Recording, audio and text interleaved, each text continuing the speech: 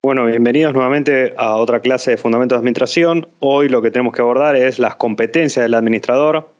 Se refiere a este título particularmente porque vamos a hablar de lo que es la comunicación, el liderazgo y la conformación de equipo. Primeras aclaraciones. Primero, lo vamos a tratar de hacer lo más rápido posible, así el video no es tedioso. La bibliografía es bastante clara. Algunos me estuvieron consultando particularmente sobre qué hacer hincapié de toda la lectura.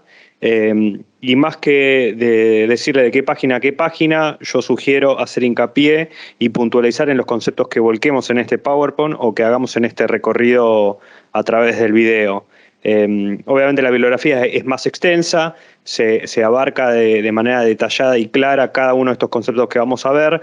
De hecho, se amplía en otros puntos de análisis, pero a mí me interesa puntualmente hacer hincapié en estos conceptos que vamos a desarrollar ahora. De hecho, hay temas como, por ejemplo, el abordaje de los conflictos, la solución y dirimir conflictos, que es muy interesante, que no lo volcamos en este PowerPoint, pero sería interesante que puedan hacer una lectura, les sugiero la lectura. Sin embargo, hoy vamos a hacer hincapié en estos conceptos, lo que es la comunicación, lo que es el liderazgo y la conformación de equipos. En primer lugar, hablamos de la comunicación. Señalamos que la comunicación es un fenómeno inherente a la relación grupal de los seres vivos. O sea, es un fenómeno inherente a la relación, es algo inevitable y natural y común en la relación de los seres vivos, por medio del cual estos son capaces de compartir información haciendo a otros partícipes de la misma. Destacamos compartir información, que se comparte en la siguiente definición.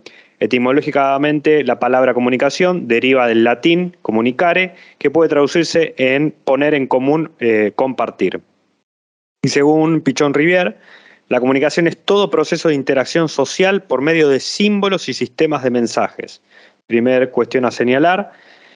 Incluye todo proceso en el cual la conducta de un ser humano actúa como estímulo de la conducta de otro ser humano, puede ser verbal o no verbal, interindividual o intergrupal.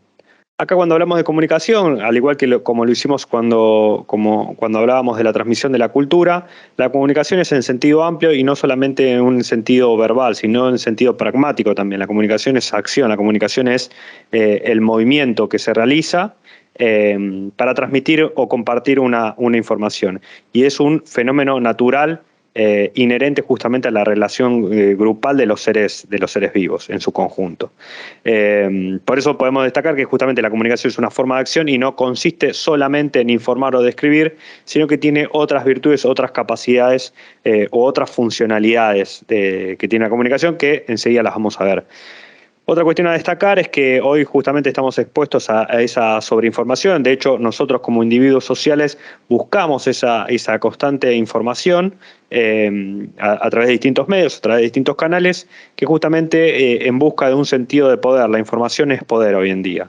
Fíjense que hoy estamos buscando información en las redes sociales, tratando de entender qué sucede en la realidad en este momento constantemente. Es una acción casi natural que se hace y hoy en día, contemporáneamente, esta sociedad pretende la búsqueda constante de información. Entonces la comunicación, como esa forma de compartir información, se vuelve central en cualquier relacionamiento humano. Acá otra de las cuestiones a considerar es que la comunicación no es solo, o no se centra solo en el mensaje o en el emisor, sino que también hay que considerar el rol del receptor y cómo el receptor interpreta el mensaje. Hay una frase que generalmente se utiliza, que el mensaje no lo define el otro, o sea, no lo define el emisor, sino lo define justamente el otro, que es en este caso el receptor. El mensaje, ya lo vamos a ver, sí lo define el emisor, pero la interpretación que éste haga, que el receptor haga, puede ser distinta y generalmente es así que lo sea. Digamos, según el saber, según las habilidades, según el nivel sociocultural, según el condicionamiento propio del receptor, va a interpretar o no el mensaje. Entonces es muy importante al momento de emitir un mensaje tener en claro determinadas premisas, determinadas respuestas a interrogantes, como por ejemplo el qué, cómo, qué es lo que quiero comunicar, si el lenguaje o el canal utilizado es el correcto. Ya lo vamos a ver con mayor claridad. Y por último, para este slide, otra cuestión a destacar es que es distinta la información a la comunicación. Hay que diferenciar la información a la comunicación. La información por sí misma, básicamente el receptor se limita a recibir y a comprender el mensaje sin que quede plasmado por el receptor el pensamiento propio del receptor, ¿no? La información es información en sí misma. Eso es lo que sucede generalmente con los medios de comunicación. Esto que les voy destacando lo vamos a ver con mayor claridad cuando revisemos los elementos o los componentes de la comunicación y el proceso en sí mismo.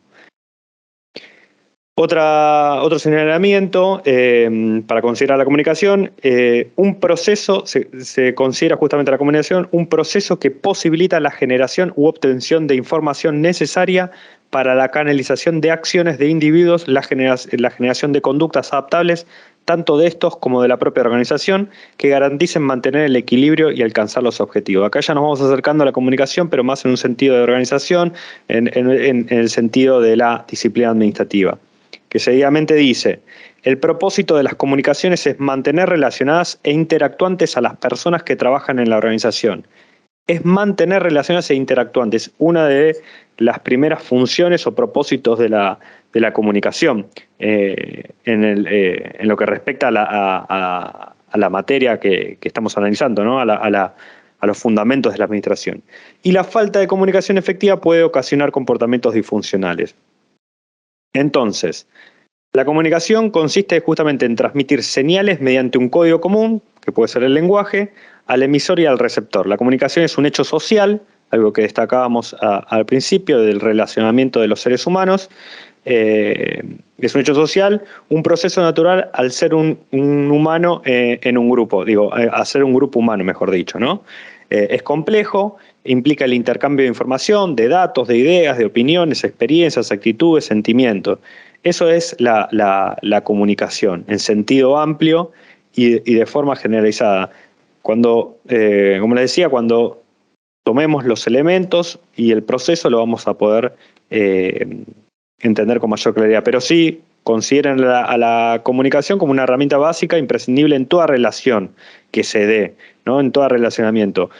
Hoy lo que lo estamos tratando de analizar es esa comunicación que se da en las organizaciones, ¿no? Pero la comunicación en sentido amplio comparte los elementos de la comunicación en cualquier relacionamiento humano o inclusive, como decíamos al principio, de los seres vivos. Funciones de la comunicación. La comunicación presenta 4 funciones básicas en el interior de un grupo u organización.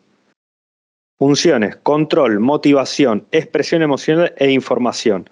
Control porque justamente sirve para controlar las diversas formas de comportamiento de las personas, propicia la motivación al esclarecer a los empleados lo que hay que hacer y la eficacia con la que están llevando a cabo y qué medidas tomar para mejorar justamente el desempeño en caso de que sea insatisfactorio.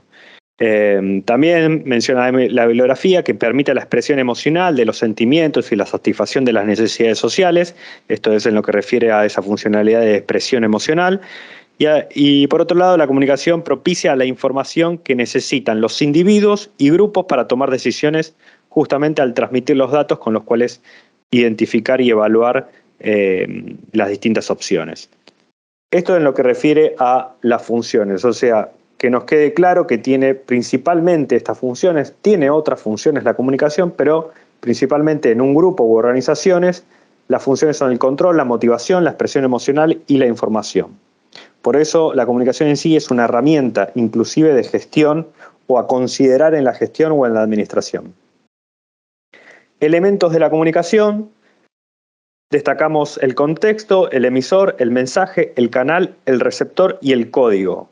Estos elementos los vamos a ver con mayor claridad en el siguiente slide cuando hablemos del proceso, pero justamente para la comunicación yo les mencionaba que hay que preguntarse o interrogarse de determinados aspectos, y justamente es el preguntarse el qué, por qué, cómo, cuándo y dónde comunicarlo aquello que quiera comunicar, ¿no? Son justamente otra cuestión a destacar, que para que una comunicación sea eficaz, además de preguntarse estos interrogantes que les mencionaba, también es importante considerar la sensibilidad, la participación y la cooperación de los roles que se asignan en la comunicación. ¿Qué es esto? El contexto, relación que se establece entre las palabras de un mensaje y que nos aclara y facilita la comprensión de lo que se quiere expresar. El contexto es clave, digamos. No es lo mismo transmitir un mensaje en un contexto o el otro. De hecho, el contexto es más información del mensaje que se quiere transmitir. Es importante el contexto. Una misma frase en distintos contextos pueden significar otra cosa, o algo parecido o totalmente distinto. El emisor justamente es la persona que transmite algo a los demás. El mensaje es la información que el emisor envía al receptor. El canal es el elemento físico que establece la conexión entre el emisor y el receptor. El receptor es la persona que recibe el mensaje a través del canal y lo interpreta. Y el código, esto es, para tomarlo rápidamente, ese es el lenguaje. Es el conjunto de signos sistematizado junto con las reglas que permiten utilizarlo. El lenguaje, un idioma, eso es un código. El código hace posible al emisor elaborar el mensaje y al receptor interpretarlo. Acá es importante la comprensión del código por ambos roles, por el emisor y el receptor, ¿no? Ahora lo vamos a comprender con el proceso. Perdonen que sí voy rápido, pero estoy intentando que el video sea lo más corto posible para que no les resulte del todo tedioso y podamos abordar lo más rápido posible y ustedes puedan individualizar y señalar qué conceptos son claves en cada una de estas temáticas que vamos abordando. Proceso de comunicación. Las claves del proceso de comunicación son explicar los objetivos de la comunicación, definir el blanco, que es el receptor, darle forma al mensaje, es decir, relacionar los atributos y hacerlo atractivo, definir emisores y voceros, elaborar un programa o plan de comunicación y seleccionar los medios de transmisión del mensaje. Acá les recomiendo ver el cuadro que está justamente en la página 11 del capítulo 6 de Vicente, que grafica de manera clara el proceso, ¿no? Emisor, que les habíamos mencionado, quien tiene el propósito de comunicar, el propósito de comunicar, quien elige el código, selecciona el canal y arma el mensaje. Algunas consideraciones que debe tener el emisor es su actitud, el sistema sociocultural del receptor, sus habilidades y las habilidades del receptor, para que justamente la comunicación sea eficaz. Cuando hablamos del sistema sociocultural, es justamente para comunicar con eficiencia se debe tener en cuenta el marco sociocultural, religión, valores, educación, clase social, de donde se instalará la palabra. Hay algunas consideraciones que debe tener, esto se hace en algún punto de manera natural e intuitiva, pero una comprensión mayor de la comunicación, de los elementos y del proceso, hacen que nosotros tomemos la comunicación como una herramienta en el día a día, no solamente en el trabajo, sino en el relacionamiento humano que tengamos en nuestras propias relaciones. El propósito, esto estamos hablando nuevamente del proceso de la comunicación. El propósito, que es justamente el emisor, trata mediante un estímulo, de un mensaje, de producir una respuesta. El mensaje, que es en definitiva el contenido, esto, como les digo, vean el cuadro y lo van a poder comprender o encontrar con mayor claridad, ¿no? Pero se trata de la decisión de significar y simbolizar una idea a través de los códigos. Ese es el mensaje. Mensaje que de vuelta puede ser canalizado en forma escrita, verbal. No es lo mismo el canal cuando hablamos de transmitir un mensaje de manera presencial. Si lo escribimos, voy a poner un ejemplo burdo, pero es lo mismo romper una relación vía telefónica de forma presencial, cara a cara. Es lo mismo despedirse de alguien a través de un mensaje o un correo o hacerlo de manera presencial cara a cara. No. Por eso es importante al momento de generar y emitir ese propósito, buscar ese propósito en el mensaje, definir muy bien el canal. Para la construcción del mensaje, ¿no? También para la construcción del mensaje me debo interrogar, me debo preguntar qué es mi objetivo, quién es el receptor, qué espera recibir el receptor, cómo voy a desarrollar mis ideas, cuánto tiempo tengo para transmitir. En este caso tengo poco tiempo y estoy intentando transmitir estos conceptos o señalarlos de manera rápida. El código, como decíamos, eran los símbolos o grupos de símbolos empleados de forma tal que tengan un significado para el receptor, que tiene que ser conocido justamente por el receptor, si no, no habría una comunicación eficaz. No es si yo intento hablar con alguien que habla otro idioma, no nos estamos comunicando puntualmente por el código. El código es central para la comunicación y el canal, como les decía, eran esos elementos psicofísicos, sensoriales y materiales que emplean una fuente para emitir su mensaje. Esto que parece teórico, pero en definitiva el canal ese es el medio por el cual transmito el mensaje y en definitiva es la unión entre el emisor y el receptor. Porque todos los mensajes son transmitidos a través de canales, no hay otra manera de transmitir ese mensaje. Por eso es que la elección del canal es fundamental para una efectiva comunicación. El receptor es el destinatario de la comunicación, como decíamos, y después hay otros procesos que se dan en la comunicación, dentro del proceso de comunicación, que es la decodificación, la retrocomunicación y la retroalimentación. La decodificación, en definitiva, es importante el grado de conocimiento y la capacidad psicofísica para descubrir o descifrar e interpretar el mensaje. Esto es, yo recibo un mensaje como receptor y yo decodifico ese mensaje, lo interpreto y lo tomo como sí. La retrocomunicación y la retroalimentación, ahí la bibliografía menciona que cuando el emisor transmite un mensaje tiene la intención de obtener un comportamiento por parte del receptor. Esto es, por favor, ¿me alcanzás tal cosa? Estoy comunicando, pidiendo algo, estoy buscando un comportamiento por parte de otra persona, en este caso el receptor. Cuando se produce, existe una comunicación en sentido inverso. Me da algo, recordemos que la comunicación no solamente es el sentido verbal, entonces eso que me alcanza la otra persona, ahí se da esa comunicación en sentido inverso, por eso hablamos de retrocomunicación. Para entenderlo con un ejemplo sencillo. El receptor inicial se convierte en emisor y la fuente original pasa a ser el receptor. Se invierten básicamente los roles. Cuando me entrega eso algo que yo le estaba solicitando, los roles se invierten. Esta comunicación de retorno se denomina retrocomunicación. El emisor inicial interpreta que su mensaje llegó, casi nunca en forma total o perfecta, o no. En el primer caso lo complementará o lo mejorará. Y en el segundo caso le enviará de nuevo o lo suplirá. Es decir, que la información recibida como respuesta efectúa una retroalimentación para tratar de conseguir el efecto buscado. Ahí lo que quiere decir es, cuando yo comunico algo buscando un comportamiento del otro y el otro no interpreta o no decodifica de todo el mensaje, seguramente el receptor busque mayor información para interpretar y decodificar de manera clara aquello que yo quise emitir. Entonces está buscando una retroalimentación de esa información que intenté transmitir en el mensaje.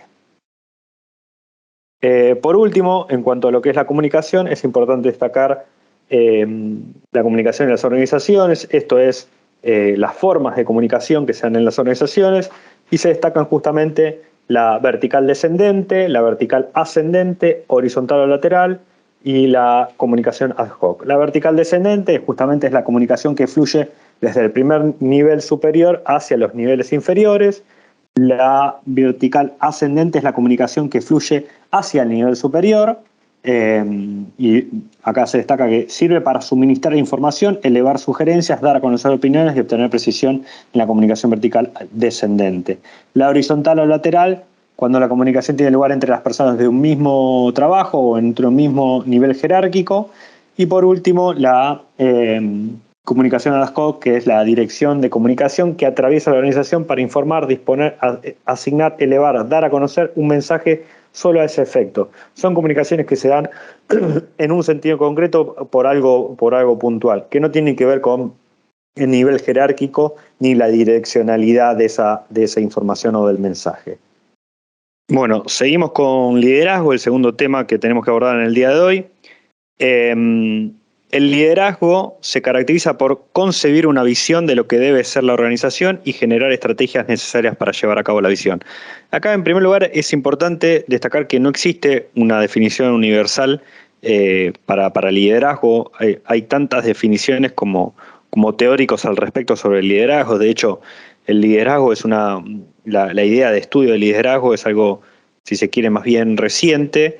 y cada uno tiene su propio libro, cada uno tiene su propio alcance de liderazgo y de hecho hay una serie de clasificaciones que se fueron dando a lo largo del tiempo sobre el liderazgo, pero yo señalé esta que quizás vamos a poder encontrar los elementos propios del liderazgo.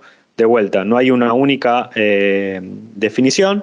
Sí es importante que destaquen de esta definición los elementos propios que lo que vamos a ver para un mayor entendimiento sobre el tema. Dice, líder es aquel que por sus conocimientos, sus aptitudes personales y la fuerza de sus ideas se constituye en el punto focal o central del grupo y que además de conducirlo u orientarlo hacia los objetivos compartidos le otorga continuidad y coherencia al desempeño de los mismos. Fíjense que habla de sus conocimientos, sus aptitudes personales y la fuerza de las ideas que se constituyen en el punto focal o central del grupo. Todo esto, esta definición es una que elegí yo, que me parece bastante acertada. No obstante, hay discusiones constantes sobre el liderazgo. Esta idea de si el líder se nace, si el líder es el formal, impuesto por la norma, por la jerarquización. El líder, hay un líder, si se quiere, natural, que se da en los grupos, pero que muchas veces se pueden encontrar elementos comunes. Hay veces que jefes pueden ser líderes o no. En definitiva, los conceptos de liderazgo son en la mayoría discutibles. No obstante, su estudio como liderazgo, como comportamiento en las organizaciones, es clave para un mayor entendimiento y para el desempeño y la productividad de las organizaciones. La identificación de los rasgos culturales, de los rasgos de liderazgo dentro de la organización son claves para una organización. Pero de vuelta no existe una única definición. Componente del liderazgo, el grupo, el poder y la influencia. En primer lugar, justamente cuando destacamos la definición anterior, se puede destacar al grupo, se puede destacar al poder y se puede destacar a la influencia. Si ustedes analizan de manera clara esa definición, van a poder encontrar estos tres componentes que encontramos, que señalamos, disculpen. El grupo, justamente, no hay liderazgo o no hay líder sin grupo. El líder es un rol propio dentro de un grupo y a su vez existen otros roles, como son los seguidores, y esos seguidores justamente también se pueden dividir. La bibliografía menciona dos ideas de seguidores, aquellos que comparten las ideas del líder, que son los seguidores pasivos, y después los seguidores activos son justamente los que aportan o discuten o contribuyen o sugieren o brindan aportes sinceros sobre lo que se ejerce en el proceso de influencia en doble sentido. O sea, hay una influencia en doble sentido cuando hay seguidores activos y no lo hay cuando hay seguidores pasivos. También estaban los boicoteadores, que justamente son las personas que no comparten las ideas que intenta transmitir o influenciar el líder. Cuando destacamos el poder, en definitiva, hablar de liderazgo es hablar de poder, es esa energía. Cuando hablamos de poder es esa energía básica para iniciar y continuar la acción traduciendo la intención en la realidad. El poder, en definitiva, es clave en el sentido del liderazgo, es una condición básica para el líder. Por eso, comprender el poder es comprender el liderazgo. La influencia es la capacidad de afectar el comportamiento de los individuos. Influir es el proceso, eso lo menciona Kent en 1995, dice, es la capacidad de afectar el comportamiento de los individuos. Influir es, en definitiva, es el proceso en el que el líder comunica sus ideas, los seguidores la aceptan y se sienten motivados para respaldarlas y efectuar el cambio o continuar el comportamiento influido.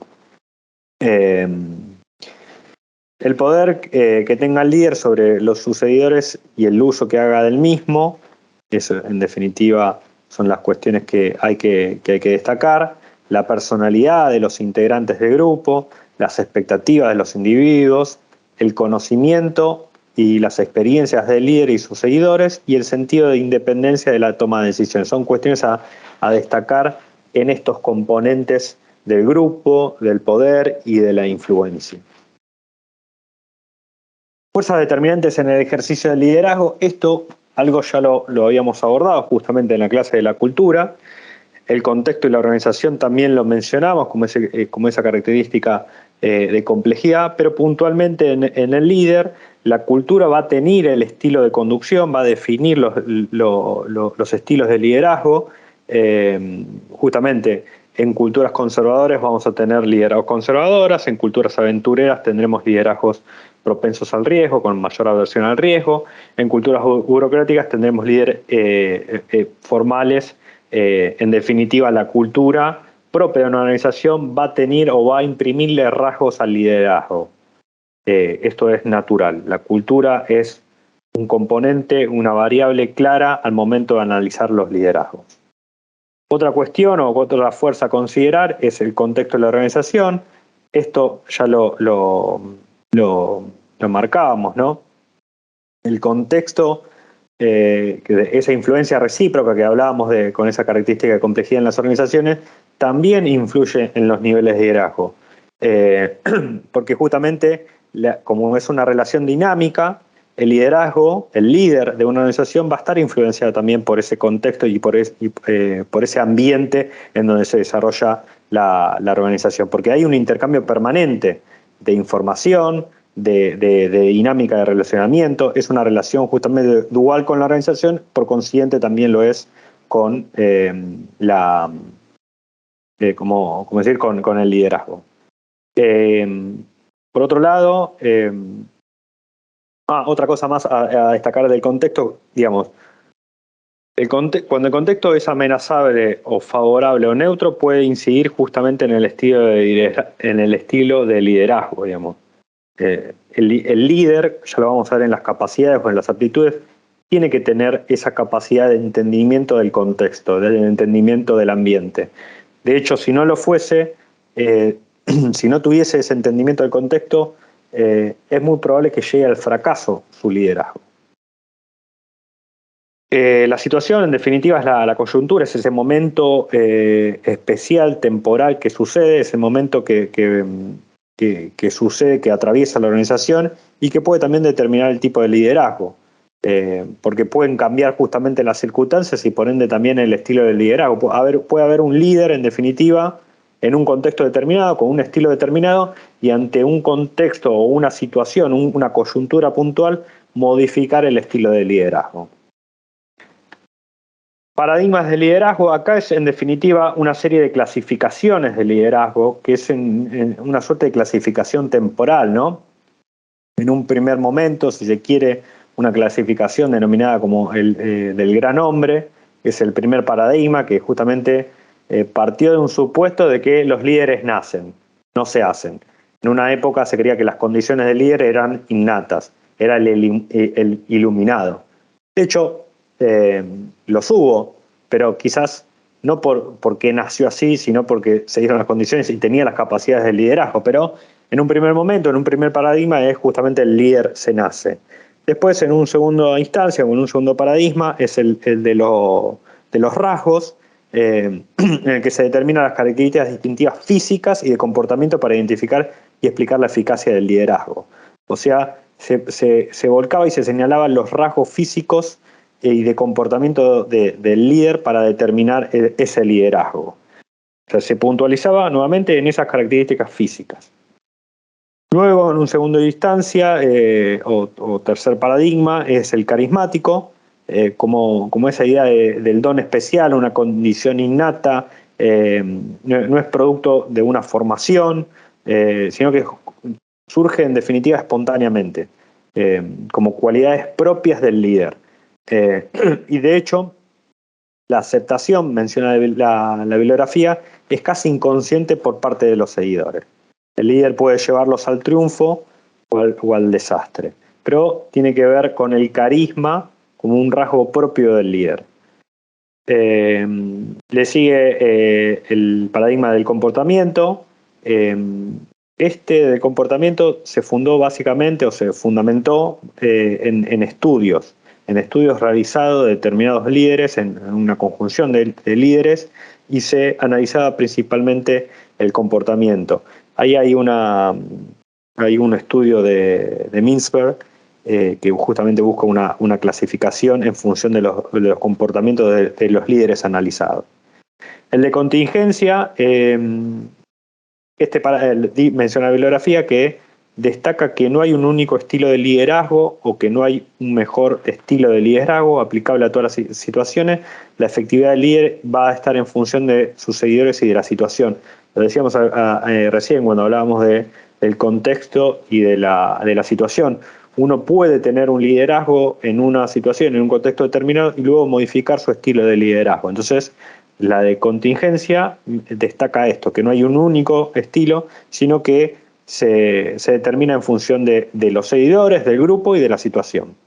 El situacional justamente va en función de esto, justamente de hecho es una variante o forma parte del estilo de liderazgo de contingencia, y lo que sostiene en definitiva es que 4 estilos de liderazgo incluidos en el modelo de 2 dimensiones dependerá del grado de madurez de los seguidores. Esto en definitiva hace un doble clic, un acercamiento en función del liderazgo por contingencia, individualizando y destacando 4 estilos de liderazgo precisamente.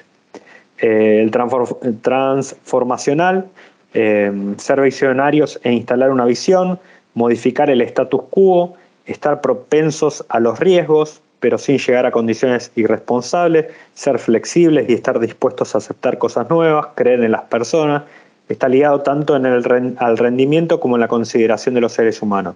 Es el liderazgo que en algún punto tiene el mapa completo para buscar la transformación en función del contexto, en función de las exigencias del ambiente, de las variables del ambiente, y que tiene en algún punto una visión generalizada y que va a depender del seguimiento justamente de sus seguidores y del grupo. Pero tiene determinadas características justamente, o debería tener determinadas capacidades como justamente la visión del entorno, la modificación del status quo y la propensión al riesgo, pero sin llegar a acciones irresponsables.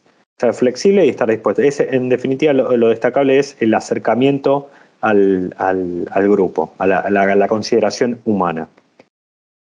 Las competencias. Acá la bibliografía es bastante clara. Acá se destacan algunas competencias, no son todas. De hecho, un líder puede tener algunas y no tener el riesgo, pero esas son las competencias centrales para un buen ejercicio del liderazgo. Hablamos de asumir el riesgo, esto quiere decir, acá habla de la subjetividad, con la subjetividad del líder, con la información que cuente, que generalmente dice es incompleta, pero es una persona de acción. Entonces, por ser una persona de acción, debe asumir riesgos en la toma de decisiones, en cómo guiar al grupo, cómo transmitir esa visión y esa misión. Pero hablamos de asumir riesgos. Establecer la visión, que decíamos recién, que en definitiva el líder debe haber desarrollado primero una imagen mental del futuro, que en definitiva es la visión, y esa declaración es importante para la conducción y solo puede ser expresada por el máximo influyente, en este caso el líder. Pero el líder debe definir la misión, debe definir ese futuro deseable para la organización. Tener una actitud positiva, no se lidera justamente asumiendo actitudes negativas o poniendo foco en problemas. Asegurar la misión es el presente, la visión es el futuro, decíamos, la misión es el presente. O sea, debe movilizar esa razón de ser de la organización, debe movilizar el fin por el cual fue creada la organización. Por el otro lado, generar confianza a los integrantes del grupo. Digamos, de hecho, si no hubiese confianza entre los integrantes del grupo, no habría un liderazgo real. No hay que manejarlos o conducirlos, sino que deben generar la confianza con el líder. Si no hay una instrucción, no hay un liderazgo. A eso se refiere con la confianza, ¿no? Diseñar una estrategia, esto es en definitiva el plan de acción que debe tener el líder para continuar y cumplir las metas o objetivos, para lograr alcanzar esa visión y misión que se haya planteado. O sea, debe formular un plan de acción y generar generar un plan de acción que tenga en cuenta el entorno y los recursos asignados para alcanzar las metas. Dirigir el cambio. Cuando hablamos de cambio cultural, el líder es el encargado de dirigir el cambio. Debe saber cómo dirigirlo, debe saber cómo entrenarlo, debe detectar las necesidades del cambio cuando el cambio no sea producido de una variable o un condicionamiento externo, sino debe detectar una necesidad de cambio dentro de la organización, debe reconocer los factores que se resisten al cambio. Esto tiene que ver mucho con el elemento cultural que veíamos en las primeras clases. Un equilibrio emocional, esto hace referencia a que debe tener un comportamiento emocional, ¿cómo decirlo, no? No errático, no pueden haber manifestaciones de desorden emocional por el líder, porque justamente esos comportamientos van a ser incoherentes o van en contra de esa influencia o motivación que pueda llegar a querer producir el líder. Cuando hablamos de líder, digamos, hasta ahora parece como un todopoderoso, pero no lo es así. El líder no es el uno de una organización, el líder es esa persona que en definitiva naturalmente conduce o debe conducir a la organización o a los grupos de trabajo, y debe tener, como digo, o lo ideal sería que tenga todas estas competencias. El saber comunicar, esto lo decíamos al principio cuando hablábamos de comunicación, pero la comunicación es una herramienta clave en la administración y lo es más en el liderazgo. El éxito de un líder consiste básicamente en una buena comunicación. Y por último, la inclinación hacia las personas. Esto cuando lo hablamos de la clasificación o el paradigma de transformacional, esto tiene que ver también con lo mismo, esa inclinación hacia las personas. Como un líder de grupo tiene que tener un acercamiento, una inclinación sobre las personas, debe tener la capacidad de escucha, la capacidad de empatía con el grupo, si no lograría una buena, no lograría un buen desempeño como líder en un grupo. Esto en lo que refiere al liderazgo. La bibliografía menciona otros apartados que yo se los recomiendo para un mayor entendimiento, pero con que hagan foco a estos aspectos que vimos, los componentes, las clasificaciones y las definiciones que fuimos señalando, es más que suficiente. Por último, en lo que refiere a la construcción de equipos, la bibliografía menciona un tema muy interesante que vamos a ver si lo llegamos a desarrollar, que es el de la solución o el dirimir conflictos, ¿no?, dentro de los grupos. Es una temática bastante desarrollada por Massa en el manual de Vicente. De hecho lo recomienda su lectura. Yo hago lo propio, recomiendo su lectura porque es un tema que les va a servir en definitiva para la resolución de conflictos, no solamente en una organización o en la dinámica laboral, sino también en el día a día, en el relacionamiento propio que tengan ustedes.